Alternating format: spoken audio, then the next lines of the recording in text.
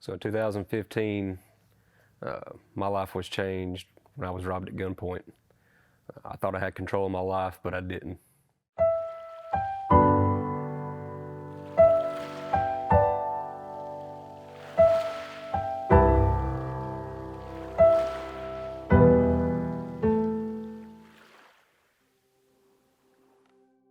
Growing up, my family, we didn't go to church. We just didn't care about it.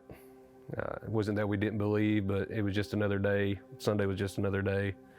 Yeah, we just didn't care much for church. In 2015, when I was robbed at gunpoint, it was just a normal day, running my route like I normally do. And I come out of a gas station, and I had already noticed the guy. He was dressed all in black. I walked to the left side of the truck. He was coming around to the nose of the truck. And by that time, I had already got my keys out. It was such a bad area, I had to keep the doors locked.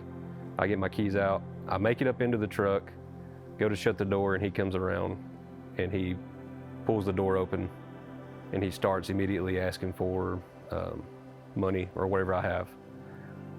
By this time, I'm argumentative, telling him that there's nothing that he can have a value because we do not carry any cash on the trucks. It's all checks, money orders. He did not like me being argumentative, so he buried a gun in my gut after he pretty much cocked the gun, loaded the round in the chamber. So by that time, I threw my hands up and I told him, hey man, I got a family. You know, if you just let me get out of the way, you can take the whole truck. I don't care, the whole entire truck. I did not like that feeling of not being in control.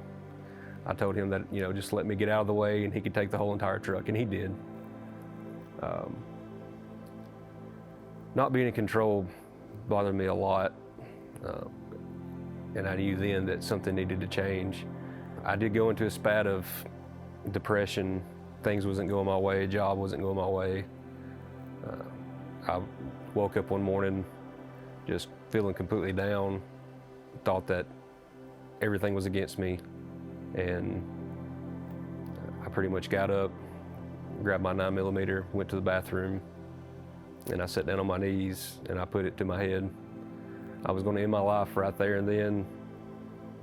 I, of course, started crying. My wife heard me, and if it wasn't for her and, you know, pushing me to go to church and ultimately for God, I probably would not be here now.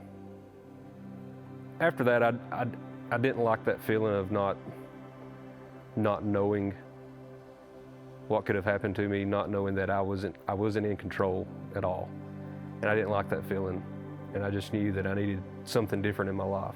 My wife had been asking me to go to church, and of course I didn't care nothing about it, but when this happened, it completely changed me. Like I wanted something else, and I wanted to feel full, because I felt pretty scared at the time of what happened and not knowing that I was in control of my life and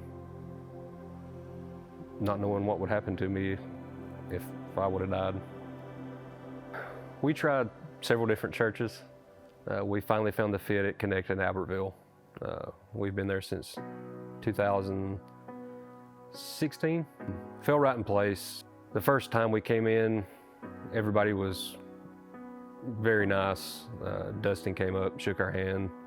Being involved and going out in the community and serving others and just bringing other people to Christ, it led me to where I needed him to take control of my life, and that way I can grow more myself with him and my family could grow more with him.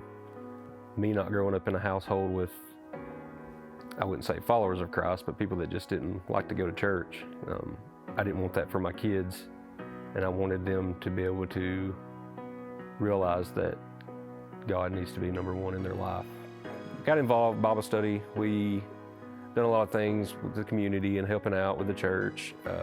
I actually joined the worship band, and I play guitar. All these things started connecting together, and I realized that he is the one that I needed to let the control. He needed to be in control, and I pretty much just give it all to him. Soon after I surrendered my life to the Lord, it was March 2017 is when I was baptized, and it was the greatest feeling to give my life to Him so that He can have control of that whole aspect of everything. Living every day for Him, waking up and praying to Him every day. I mean, it's the greatest feeling. I've found life by giving my life to the Lord.